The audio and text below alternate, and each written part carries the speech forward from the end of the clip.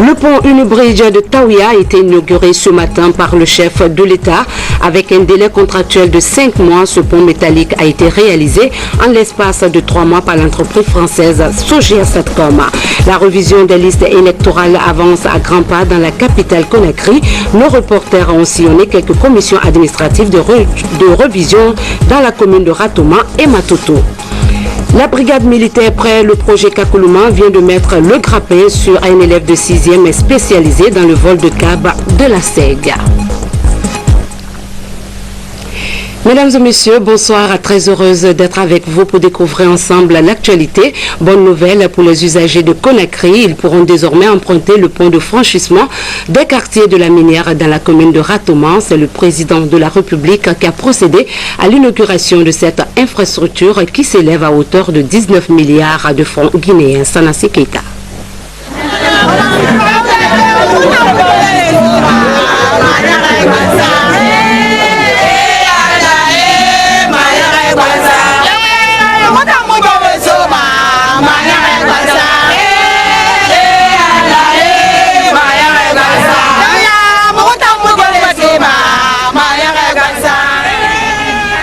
L'événement mobilise plusieurs populations et personnalités du pays. Il s'agit de l'inauguration de ce pont qui relie le quartier de Taouya à la minière. C'est un pont Unibridge réalisé en 5 mois seulement par l'entreprise Sogea Satcom. Il mesure 45,60 mètres de longueur avec une largeur de 7 mètres. Ainsi, ce samedi 4 mai 2013, le président de la République arrive à Taouya pour procéder à l'inauguration de cet ouvrage qui permettra sans nul doute de désenclaver les zones de Hamdalaï et de Dixine, qui connaissent souvent de nombreux embouteillages. Le maire de la commune de Ratouma se réjouit de ce geste du président de la République, Paul Alpha Condé, et invite les populations riveraines à le préserver jalousement. Cette infrastructure de base permettra ainsi de s'enclaver le jeune Hamdalaï Dixine, qui commet très souvent des embouteillages monstres. C'est l'occasion pour moi d'inviter les populations riveraines à sauvegarder jalousement ce bijou contre tout acte de vandalisme. Excellence, Monsieur le Président, par ces gestes, vous pouvez, on ne peut plus mieux, votre volonté de bâtir une nation moderne, prospère et émergente. C'est pourquoi, par ma voix, les populations de Ratouma vous témoignent leur attachement et leur soutien à votre objectif de parachever la transition de l'organisation des élections législatives transparentes, apaisées à la date du 30 juin 2013. Ce pont à tablier métallique d'une travée unique, reposant sur 2 culées situées à chaque extrémité à un poids de 225 tonnes. La structure de la chaussée est composée d'une couche de fondation de 25 cm, d'une couche de base de 25 cm et d'une couche de roulement en béton bitumineux de 5 cm. Le tout a été réalisé grâce à l'expertise de l'entreprise française Sogea Satcom pour une durée d'1 siècle. Excellence, Monsieur le Président, voici quelques exemples de projets que nous avons menés au cours de ces 3 décennies. La route Doko-Kourémalé, la route PK36 du Breka, la route Kamsar-Bokeh, la route Guékédou-Sérédou, plus récemment le pont de Forêt-Caria, l'échangeur de Tombeau et aujourd'hui le pont de Taouya. À travers ces différentes réalisations, Sogea Satcom a démontré son savoir-faire et son expertise. Excellence, Monsieur le Président, ces réalisations n'ont été possibles qu'avec le concours de tous les services de l'État et plus particulièrement ceux du ministère des Travaux publics. Ce pont répond à toutes les normes internationales. Il est fait pour durer très très longtemps, Monsieur le Président. Il est fait et conçu pour durer le siècle. C'est-à-dire que vos arrière-petits-enfants, les arrière-arrière-petits-enfants et voire au-delà, utiliseront toujours ce pont. Ce pont qui fait 319 mètres carrés a été posé en 4 jours. Ce pont est facile d'entretien. C'est une question qui est récurrente et que nous pose en permanence. L'entretien d'un pont métallique se fait de façon facile. Il suffit de le repeindre lorsque le besoin s'en fait sentir. le ministre d'État chargé des travaux publics a mis l'inauguration de ce pont à profit pour déballer tous les grands projets d'infrastructures routières du gouvernement à réaliser sur toute l'étendue du territoire national. Bah Ousmane a en outre réaffirmé son engagement à appliquer scrupuleusement la politique du chef de l'État, celle qui consiste à doter le pays d'infrastructures routières de qualité répondant à toutes les normes. Notre pays a besoin aujourd'hui plus que jamais de paix, de stabilité et de concorde sociale. Nous devons y travailler constamment car la réussite est à ce prix. Monsieur le Président, en vous remerciant d'avoir bien voulu rehausser de votre présence cette cérémonie, malgré un agenda très chargé, je voudrais me faire l'honneur et le devoir de remettre à votre autorité cet ouvrage de franchissement pour le bonheur des usagers et des riverains. Je voudrais inviter les riverains et les usagers de l'ouvrage réalisé et les autorités des communes de Dixine et de Ratoma à le préserver, à le considérer comme leur bijou et à en prendre bon soin en veillant à sa salubrité et à celle de son environnement. En faisant partie du patrimoine de l'État, ce pont constitue d'abord et avant tout une infrastructure logée dans votre localité. Soucieux de l'avenir du pays et surtout de la nécessité de cimenter la paix et l'unité nationale, le président de la République invite ses populations à observer une minute de silence à la mémoire des victimes de la dernière manifestation. Citoyens de Ratoma et de Dixine, je voudrais d'abord demander une minute de silence pour nos frères, sœurs, enfants qui ont perdu leur vie ces jours-ci.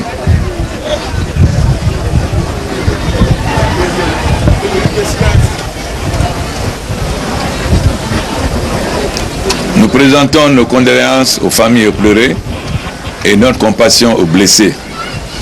La Guinée est un pays de paix. Beaucoup de nos pays voisins ont connu la guerre. La Guinée a toujours connu la paix. Nous ferons en sorte que cette paix existe malgré toutes les tentatives de déstabilisation. Et nous comptons sur la sagesse du peuple de Guinée pour que nous traversions cette période et que la Guinée reprenne sa marche en avant. À la jeunesse de Taouya, je dirais que nous avons décidé qu'aucun domaine public ne connaîtra d'occupation privative. Donc,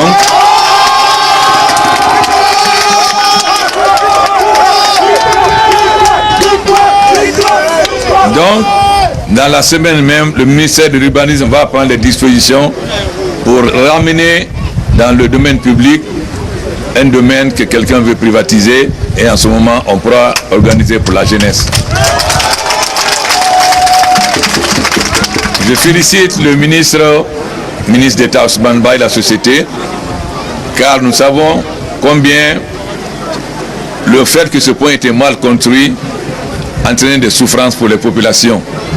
Il suffit seulement de comparer les photos du pont tel qu'il était et aujourd'hui. Notre volonté est de faire qu'en sorte la Guinée rattrape son retard, car nous sommes beaucoup en retard. Si nous prenons Ratoma, beaucoup de communes comme Koza, Bambeto sont de ghettos. Mais nous avons la ferme volonté de transformer en zone viable en faisant des routes, des écoles, des maternités et des terrains de jeu. Car lorsque les jeunes vivent dans un ghetto, ce sont des conditions de vie qui entraînent la violence. Mais nous ne sommes pas responsables de ces ghettos, mais en tant que chef d'État, nous avons la responsabilité de changer ces ghettos en zones viables. Donc j'espère que dans son programme, le ministre d'État a dans son programme la tracée des voiries dans ces zones, bien sûr en indemnisant les populations avant, mais aussi la création de maternités, d'écoles et de terrains de jeu. Donc, la jeunesse et les femmes peuvent compter sur le gouvernement. Quelles que soient les vicissitudes actuelles, la Guinée continuera sa marche en avant. Le changement est irréversible et quoi qu'il arrive, ce changement aura lieu. Ce pont métallique d'une durée de 100 ans a 2 voies de 3,50 mètres chacune, plus 2 trottoirs d'une largeur de 1,50 mètres chacun. Il est démontable, entouré de lampadaires. C'est la première fois qu'un pont de ce standing moderne soit réalisé en Guinée. C'est ce qui fait la différence avec cet ancien pont qui est aujourd'hui complètement abandonné. Le chef de l'État a reçu en audience au palais Sékou Touré les responsables de l'ONG Nonobis. Ils étaient venus montrer leurs différents projets au professeur Alpha Condé en vue d'obtenir son soutien. Sanassi Keita pour plus de précisions. Ils sont responsables de l'ONG Nonobis, basée à Kankan, dans la sous-préfecture de Sabadou Baranama. Cette ONG évolue surtout en faveur de la création des activités génératrices de revenus pour les femmes. Ces beurres de karité améliorés, des savons à base de beurre de karité et tant d'autres produits sont une parfaite illustration. L'ONG Nonobis vient en appui aux populations de Sabadou Baranama et de Bouda en priorité dans tous les axes de développement, l'école, l'éducation, la santé, l'hygiène et surtout les activités génératrices de revenus pour les femmes, pour développer des modèles. Et j'espère un jour que ce que nous faisons à Baranama, ça sera duplicable dans toute la Guinée. Donc j'ai trouvé des animatrices qui sont venues à Baranama. Aujourd'hui, les femmes sont capables de faire du savon, du beurre de karité amélioré, du savon à base de beurre de karité, de transformer les céréales comme le fonio, comme le maïs. J'ai mis aussi en place un groupement d'agriculteurs qui cultivent le soja. Et aujourd'hui, nous transformons le soja, le lait de soja, le café de soja, le sombara, toutes ces choses-là à base de soja, qui est une protéine alimentaire qui peut remplacer largement la viande avec beaucoup de vertus. Et puis aussi donc la couture peut-être un jour avec la récupération des déchets dans les plastiques pour pouvoir valoriser les déchets. Donc j'ai encore de nombreuses idées, j'espère que je pourrai les mettre en application pour toutes les braves femmes de Sabadou Baranama et de Boula. Pour le ministre de la Coopération internationale, cette ONG Nonobis a tout le soutien nécessaire du gouvernement. J'ai eu cet honneur de visiter et je suis témoin que c'est une contribution méritante de tout ce que nous pouvons faire. Et ce qu'ils ont fait, contribué de faire pour la Guinée aujourd'hui n'a pas de prix. Le seul prix que nous avons aujourd'hui pour cela, c'est d'apprécier et de soutenir, d'appuyer au maximum ce que nous pourrons pour qu'ils puissent continuer à œuvrer dans le sens de la réalisation de projets de société, de changement de gouvernement du professeur Alpha Condé. La politique de ces responsables de l'ONG Nonobis cadre parfaitement avec celle du président de la République, professeur Alpha Condé. Soutenir les femmes à travers la création des petites et moyennes entreprises porteuses de croissance et d'emploi. Le Conseil national de la transition CNT, en partenariat avec le Bureau international du travail BIT, organisera un atelier de formation des formateurs dans la lutte contre le VIH-Sida du lundi 6 au mercredi 8 mai 2013 au Palais du Peuple dans la salle du 28 septembre à partir de 10h. Les participants désignés sont invités à se présenter en enregistrement à 9h. Le terrain de sport de Sans-Fil dans la commune de Kaloum vient d'être inauguré. Les travaux de rénovation de cette infrastructure ont été financés par la compagnie Russal. La cérémonie a mobilisé les autorités guinéennes et les partenaires russes à la Reine Bailoba. Avant, ce terrain avait ce visage-là. Pelouse dégradée, tribune presque inexistante, clôture endommagée, lieu dépotoir d'ordures. Mais aujourd'hui, avec l'apport inestimable de la compagnie CBK Russal, c'est un bijou flambant neuf que les jeunes de Kaloum retrouvent. Durant 3 mois, la compagnie a déboursé 45 000 $ pour remettre ce terrain multidisciplinaire dans les normes. La société Russal comprend bien l'importance du sport pour la santé et le développement harmonieux des jeunes. En même temps, il est important que faire du sport, il faut dans les conditions convenables. C'est pourquoi la société Russal a pris ce fait, la rénovation de ce terrain du sport et l'a rendu clair en eau. Justement, cette année-là, on va fêter 55e anniversaire de nos relations bilatérales. Et je crois que c'est une réalisation, un cadeau pour cet anniversaire. Moi, j'aimerais bien que les jeunes Guinéens qui vont s'entraîner sur ce stade auront beaucoup de succès dans tous les sports et que la Guinée, parmi d'autres États, sera championne et aux Jeux Olympiques et aux d'autres manifestations internationales sportives. Le ministre de la Jeunesse, Emploi, Jeunesse et des Sports, avant de procéder à la coupe du cordon inaugural, a loué les efforts de Russal, fruit d'une bonne relation bilatérale vieille de 55 ans entre la Russie et notre pays. Ça serait de rappeler que la réalisation de cette infrastructure s'inscrit dans le cadre de la mise en œuvre du plan stratégique de développement de la jeunesse et des sports qui a été inscrit dans ses priorités. La dotation de la Guinée en infrastructure minimale favorable au développement du sport et des activités socio-éducatives. Je saisis cette opportunité pour demander à la société Russal de bien vouloir accepter de relancer le tournoi Russal Alumni qui s'est joué à un moment jusqu'à la 8e édition qui a non seulement permis au club guinéen de s'affirmer mais aussi de faire de l'animation et de détecter les talents. Avec la rénovation de ce terrain multidisciplinaire, la compagnie Russal a une fois encore montré sa volonté et son engagement à accompagner le gouvernement dans son projet de société.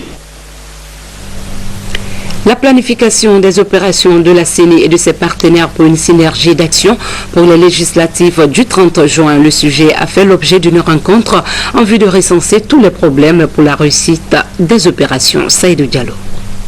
La CENI et ses partenaires techniques et financiers sont en concertation. Objectif, intégrer dans un programme conjoint les différents plans d'action de ces différentes structures d'appui afin de réussir l'organisation des prochaines législatives. Cet atelier a pour objectif principal de renforcer les capacités institutionnelles et opérationnelles de la CENI pour l'organisation d'élections législatives crédibles, transparentes et équitable. Au cours de ces 2 jours, l'institution chargée de piloter les élections et ses ONG vont passer en revue leurs réalisations et éventuellement s'accorder sur ce qui reste à faire d'ici le 30 juin prochain.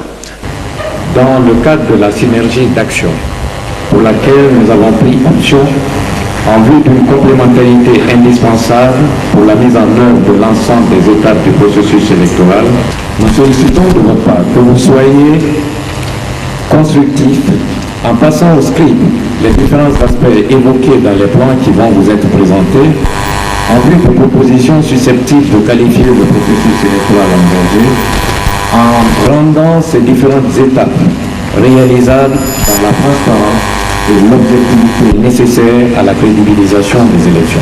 Au terme de cet atelier, un rapport final qui servira de guide pour la finalisation du reste du chronogramme va être présenté et soumis certes à l'approbation des partenaires. Dans le même chapitre, la révision des listes électorales se poursuit à travers le pays après la fixation de la date des élections législatives par le chef de l'État. Nos reporters Mamadou Alpha Baldé et Tcherno Maroufoba ont sillonné quelques commissions administratives de révision de ces listes pour s'enquérir de son bon déroulement. La CENI, Commission électorale nationale indépendante, procède actuellement à la révision des listes électorales sur tout le territoire national. Ici à Conakry, les opérations se déroulent dans le calme. 100 à 150 électeurs sont quotidiennement enregistrés par commission administrative de révision des listes électorales, CARL. Chez nous ici, ça se passe très bien. Nous recevons les gens et nous les organisons de façon à la manière vraiment que le travail nous soit facile. On a fait un programme.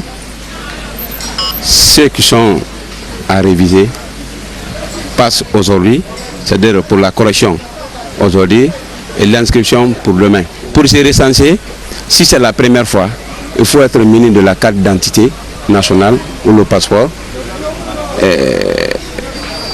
avoir le numéro de famille où vous résidez. Pour la correction, il suffit de présenter ta carte d'électeur de 2010. Dans la plupart des CARL visités, les citoyens se plaignent de la lenteur des opérations. Mais pour eux, le vote est avant tout un devoir citoyen. Les élections sont bientôt prévues pour le 30 juin Et donc j'aimerais bien aller aux élections, voter pour mon candidat, pour que nous ayons la majorité à l'Assemblée. C'est vrai qu'on a perdu assez de temps, mais nous sommes là pour ça. C'est pour notre devoir citoyen que nous sommes là. Sinon ça va en général, mais on perd assez de temps. Franchement là, ce n'est pas ni Pierre ni Paul. On ne choisit pas. Telle nation, non, on n'a pas ça. Tout le monde est écho. Aujourd'hui, le navire des législatives est en marche et il compte bien atteindre les côtes guinéennes avant le 30 juin prochain. Ce, pour mettre fin à la transition et doter la Guinée d'une Assemblée nationale. Signature au ministère de l'économie et des finances d'une lettre d'intention destinée au Fonds monétaire international. Il s'agit d'un document officiel du gouvernement guinéen concernant les politiques économiques à mener dans le cadre du programme de la facilité élargie de crédit auprès du FMI. Pour plus de précisions, nous vous invitons à écouter le ministre de l'économie et des finances et le représentant résident du FMI à Conakry. Formaliser l'accord avec le FMI pour la deuxième revue du programme dans lequel nous sommes actuellement, la facilité élargie de crédit. Ça va apporter quelques devises à la Banque centrale. Il y aura environ 18 millions de DTS qui vont être débloqués pour la Banque centrale pour l'appui à ses réserves de change. Mais surtout, cela conforte la confiance que les partenaires ont en nous et cette confiance témoigne que la Guinée continue la réforme de manière régulière mais de manière déterminée. Nous avons réussi à stabiliser en 2011-2012, mais en 2013, nous voulons maintenant passer à la vitesse de croisière pour la croissance, naturellement en attendant que la période trouble les élections passe pour que nous puissions reprendre le chemin et des investissements publics et des amendements privés pour que la croissance revienne, qu'on puisse créer des emplois et réduire la pauvreté. C'est un sentiment de satisfaction que j'éprouve aujourd'hui, satisfaction pour la qualité de la coopération entre le Fonds monétaire international et le gouvernement de la Guinée, symbolisée aujourd'hui par la signature de la lettre d'intention du gouvernement guinéen qui décline les politiques économiques et financières pour l'année 2013 que le gouvernement entend mettre en œuvre et que le Fonds monétaire souhaiterait supporter. Je voudrais dire qu'à ce niveau, il s'agit d'un accord entre le gouvernement et les services du Fonds monétaire. Nous aurons une approbation formelle par le conseil d'administration du Fonds monétaire le 20 mai. Le 20 mai 2013. Donc ce sera l'approbation de la seconde revue du programme qui en fait consacre une année de mise en œuvre satisfaisante du programme économique financier soutenu par le Fonds monétaire. Et comme le ministre des Finances vient de le dire, nous espérons que la mise en œuvre satisfaisante de ce programme se traduira par une amélioration de la qualité de vie des Guinéens. Donc voilà un impact significatif sur le niveau de la pauvreté des Guinéens, mais également un impact sur le niveau de revenus et sur l'emploi. Le ministre de la Coopération a reçu successivement en audience l'ambassadeur de la Turquie en Guinée, le représentant de l'OMS et la mission de la délégation de l'ONUDI. Avec ses différentes personnalités, Dr Koutoubou Mustafa Sano a mis l'accent sur le raffermissement de la coopération bi- et multilatérale entre la République de Guinée et ses pays. Ramatoulaïba. Entre la délégation de l'ONUDI conduite par le chef du programme Afrique ont porté sur le raffermissement des relations de coopération entre cette institution et la République de Guinée. Mohamed Dione a souhaité voir cette coopération se concrétiser davantage dans les différents secteurs prioritaires ciblés par les deux parties. Le directeur général de l'ONUDI, M. Kande Yumkela, a dépêché cette mission à Conakry pour rencontrer le gouvernement guinéen, les autorités guinéennes et pour faire un peu une revue de la coopération entre l'ONUDI, qui est l'Organisation des Nations Unies pour le développement industriel, et le gouvernement.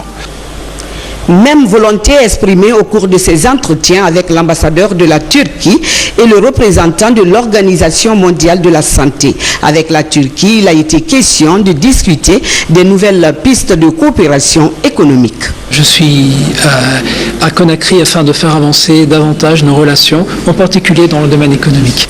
L'Organisation mondiale de la santé diversifie son partenariat sanitaire avec Conakry. Cette mission répond à une requête du gouvernement guinéen à l'Organisation mondiale de la santé qui a répondu à travers ces différents niveaux, le siège que je représente, le niveau national, le niveau Afrique. Cette requête a eu pour objectif 3 éléments. Premier, c'est pour lancer un programme de l'Organisation mondiale de la santé et l'Union européenne pour la facilitation du dialogue politique en faveur du secteur de la santé. Deuxième objectif, c'est pour relancer la requête de subvention de la Guinée au partenariat international pour la santé. Et troisième objectif, c'est pour discuter avec les cadres nationaux de tous les éléments du processus d'élaboration, du développement du plan national de développement sanitaire. Ces différentes rencontres ont permis de poser d'autres jalons afin d'aider la Guinée à obtenir d'autres appuis financiers pour la réalisation de ces nombreux projets de société. À la page santé de cette édition, les différents États du monde célèbrent demain dimanche la journée mondiale du lavage des mains. Placée sous le signe pour sauver des vies, lavez-vous les mains. Ce thème met l'accent sur l'importance de l'hygiène des mains afin d'assurer une meilleure sécurité des patients, mais aussi du personnel de santé en milieu de soins. Souris de Kera nous signe ce reportage. Au nombre des principales causes des infections en milieu hospitalier figure en bonne place la problématique des mains malpropres. C'est pourquoi pour la célébration de cette journée mondiale du lavage des mains, le thème choisi par l'OMS est intitulé « Pour sauver des vies, lavez-vous les mains ». Un thème qui vise à rendre les soins plus sûrs, aussi bien pour les patients que pour le personnel de santé. C'est pourquoi l'Organisation mondiale de la santé, avec le soutien unanime de ses partenaires ou de ses États membres, a décidé en octobre 2004 d'organiser la riposte au niveau mondial. Celle-ci a mis en exergue la nécessité d'innover et de créer des partenaires forts afin de mobiliser d'importantes ressources techniques et financières contre les infections en milieu de soins. Conformément aux objectifs de ce thème, le gouvernement guinéen est déjà à pied d'œuvre pour l'élaboration d'une politique nationale en matière de promotion de la sécurité des patients. Je saisis donc l'opportunité pour inviter les personnels de santé et tous les professionnels intervenant dans la qualité des soins à appliquer rigoureusement les mesures de prévention des risques infectieux. Je lance également un appel pressant aux partenaires techniques et financiers afin d'apporter leur soutien nécessaire à la mise en œuvre des activités visant l'assurance qualité et la sécurité des patients. La célébration de la journée mondiale du lavage des mains sera donc marquée par des séances d'information et de sensibilisation dans les structures sanitaires des 5 communes de la capitale. Une manière de renforcer la participation des patients et des agents de santé à la promotion et l'amélioration de l'hygiène des mains dans nos formations sanitaires. Comme annoncé au sommaire de cette édition, à Dubreka, la brigade militaire, après le projet Kakoulouma des 12 forages de la SEG, vient de mettre main sur un présumé voleur. Élève en classe de 6e, il est accusé d'avoir coupé les câbles d'alimentation des usines de production de la SEG. Nabi Kamara. Pendant que la Société des eaux de Guinée se bat bec et ongle pour améliorer la desserte en eau potable des populations, des individus mal intentionnés travaillent eux aussi dans l'ombre pour compromettre ses chances de succès. Ces hors-la-loi vandalisent les installations de la SEG en coupant les câbles qui alimentent leur usine de production. On se demande pour quelle raison. En tout cas, c'est un élève de la 6e année qui vient d'être arrêté par le détachement militaire auprès du projet Kakoulouma dans la préfecture de Dubreka. On était là avec les hommes de garde, on a tout fait pour la nuit, on prend le service. Zaka, c'est la journée qu'ils font le vol ici. Vers 13h, les gens étaient au mosquée maintenant. J'avais dit à les militaires du poste, ils vont dire maintenant, il n'y a personne ici. Donc, si les voleurs vont venir, ils vont profiter en ce moment-là. Zaka, ce que j'ai dit, c'est bien vrai, tout le monde s'est posé. Le petit est venu, j'ai dit, celui qui va venir couper, laissez d'abord, il coupe. Je connais le Guinéen, tant qu'il n'a pas coupé, quand vous le prenez, il va dire, moi je ne t'ai pas venu pour ça. Dès qu'il a coupé, maintenant il veut bouger, le militaire est parti le prendre avec son fil avec le coupe-coupe qu'il est amené. Pour le voleur, c'est la faim qui l'a amené à commettre cette sale besogne. J'étais faim quoi. J'étais pas dit qu'il la manque.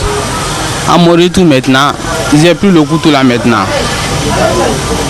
J'ai plus le couteau là. J'ai vu le fil maintenant. Un peu était sous la terre, un peu n'était pas sous la terre.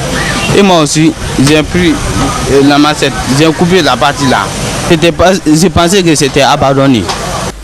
Le projet Kakulima est une réalisation de 12 forages pour une production de 15 000 m3 d'eau destinée à l'alimentation de 650 000 personnes dans la ville de Conakry. Il a coûté à l'État 50 milliards de francs guinéens. Ce projet a été réalisé par une société allemande BBC. Elle s'est toujours heurtée au sabotage que vous venez de constater. Chaque fois que nous sommes avancés, nous sommes au bout du tunnel, ces sabotages ont fait que le découragement s'est installé au niveau de nos partenaires et ils quittent à chaque instant. De telle sorte que cela nous a coûté une autre saignée de 2 milliards et c'est la SEC qui a eu à mettre la main dans la poche. Comme pour dire que la vigilance doit être toujours de mise à la SEC pour mettre fin à ce genre de pratiques dans ces installations. Dans l'actualité également, l'impasse politique persiste toujours à Conakry. Ce samedi, l'axe Koza-Bambeto-Amdalaï a été pris d'assaut par les militants de l'opposition. Dans la foulée, certaines personnes ont payé les frais. Les usagers étaient obligés d'emprunter la route de Taouya, créant ainsi un long embouteillage sur ce axe. Suivez. Ce samedi, la circulation était interrompue sur l'axe Koza-Bambeto-Amdalaï. Des jeunes loubards ont dicté leurs lois sur les citoyens et pendant plusieurs heures sans être inquiétés. Également, sur la transversale numéro 2, des chauffeurs ont été rançonnés et des élèves menacés. Ce qui a obligé les citoyens à rabattre sur l'axe Kipé-Taouya ou Kipé-Lambagne. Sur cette route, la circulation n'est pas du tout fluide.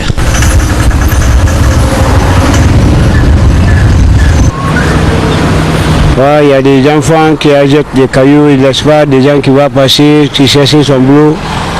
Mais quand même, toujours, il faut que l'État qui va confonder avec des populations, il faut que ça va calmer le pays. On va chercher de manger, on va nourrir, on va avancer devant. Sur cet axe, ils sont des centaines de citoyens à trotter pour rejoindre leurs domiciles respectifs. Certains sont quasiment tergiversés de la situation politique du pays et d'autres sont nostalgiques de la vieille époque. Depuis 1958, la Guinée a eu son indépendance. Les 7 actions qui sont passées aujourd'hui la Guinée, ça nous a étonnés. Le gouvernement n'a qu'à prendre sa disposition, la Guinée n'a qu'à maîtriser.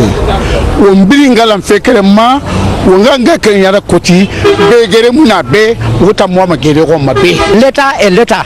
L'État doit prendre des dispositions pour régler le problème de personnes, c'est-à-dire la population guinéenne. Donc vraiment, je suis vraiment désolé de voir mon pays aller dans le Cap-Vert comme ça là. C'est comme si nous ne sommes pas des êtres humains. Donc des tueries et des problèmes comme ça, je ne souhaite pas ça dans notre pays. Le président, c'est lui le père des nations. Il n'a qu'à prendre des dispositions pour faire l'instabilité dans notre pays. Aujourd'hui, on remarque qu'il y a beaucoup d'embouteillages. Et cela a touché à peu près toute la population. Depuis le matin, nous étions à l'école. Mais à la sortie à 14h, nous avons vu que le problème de véhicules, ça nous a touché. Et on a même essayé de marcher à pied. On a fait au moins 45 minutes en train de marcher à pied. Arrivé à un endroit, on a pris voiture et jusqu'à présent, ça ne va pas. Au regard de ces scènes de violence à Conakry, au service compétent de prendre des mesures idoines pour le retour au rythme habituel de la vie dans la capitale à quelques semaines des examens nationaux. Dans le monde, précisément aux États-Unis, les prisonniers de Guantanamo observent une grève de faim. Les parents des détenus souhaitent leur jugement. Ils sont incarcérés depuis 11 ans. Suivez. Une centaine de détenus sur les 166 que compte cette prison américaine sont en grève de la faim depuis 3 mois maintenant. 21 de ces grévistes en état critique sont désormais nourris par des tubes reliés directement à leur estomac par le nez, une méthode dénoncée par cet avocat spécialiste des droits de l'homme qui représente plusieurs prisonniers de Guantanamo. Ça peut être extrêmement douloureux. Un de mes clients m'a dit que c'était comme avoir des lames de rasoir qui passent dans votre nez, puis votre gorge. Il les traite vraiment comme des animaux. C'est vraiment ça. En Afghanistan, les familles des détenus, elles, s'inquiètent. J'exhorte le président Karzai et les Américains à m'aider à faire libérer mon fils. C'est ma petite fille, elle pleure et nous pose des questions à propos de son père. Nous continuons de lui dire qu'il va rentrer, mais elle me dit que je lui mens, qu'il ne va pas revenir. Le président américain Barack Obama s'est expliqué sur le pourquoi de ces méthodes destinées à maintenir les prisonniers en vie, tout en rappelant son attachement à la fermeture définitive de Guantanamo. Guantanamo est cher, inefficace. C'est un outil de recrutement pour les extrémistes. On doit la fermer. Cette grève de la faim a commencé le 6 février dernier après que des Corans ont été examinés d'une façon que les prisonniers jugeaient blasphématoire. Aujourd'hui, ils dénoncent plus largement leur détention illimitée depuis 11 ans, sans inculpation ni procès. Le rêve continue pour les parieurs de Peume-Guinée. Depuis le 3 mars dernier, le Pari Mutuel Urbain a mis en jeu une cagnotte de plus de 338 millions de francs guinéens. Peume-Guinée invite ses fidèles parieurs à jouer et de ne pas désespérer. Mawa Sangaré. 641 000 francs guinéens sont mis en jeu. Comme vous l'avez constaté, chers aimables parieurs, la direction générale remercie l'ensemble des parieurs de la zone spéciale de Conakry, en passant par les 4 régions naturelles, je veux dire la moyenne, la haute, la basse et la Guinée forestière, qui ont été très nombreux pour cette cagnotte de plus de 338 millions de francs guinéens qui sera remise en jeu au quintet du dimanche 5 mai 2013. Chers parieurs de Guinée, le PMU Guinée vous remercie d'avoir été si nombreux pour constituer cette cagnotte de presque 338 millions. Et nous espérons qu'elle va finalement tomber ce dimanche et qu'un heureux élu touchera cette somme de 338 millions en gagnant l'ordre quintet. Le rêve de devenir futur millionnaire pousse ces parieurs à tenter leur chance, surtout que cette méga cagnotte pourrait leur permettre de réaliser leurs ambitions.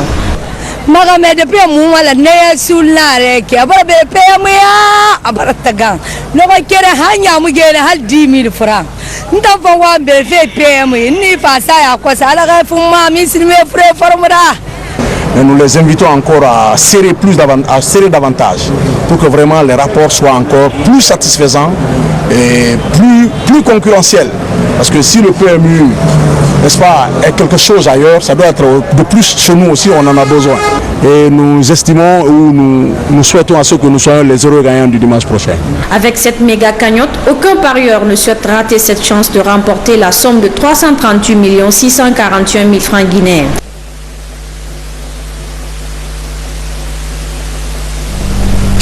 Ainsi s'achève cette édition. Merci à vous d'avoir été des nôtres et excellent suite de programme à notre compagnie. Bonsoir.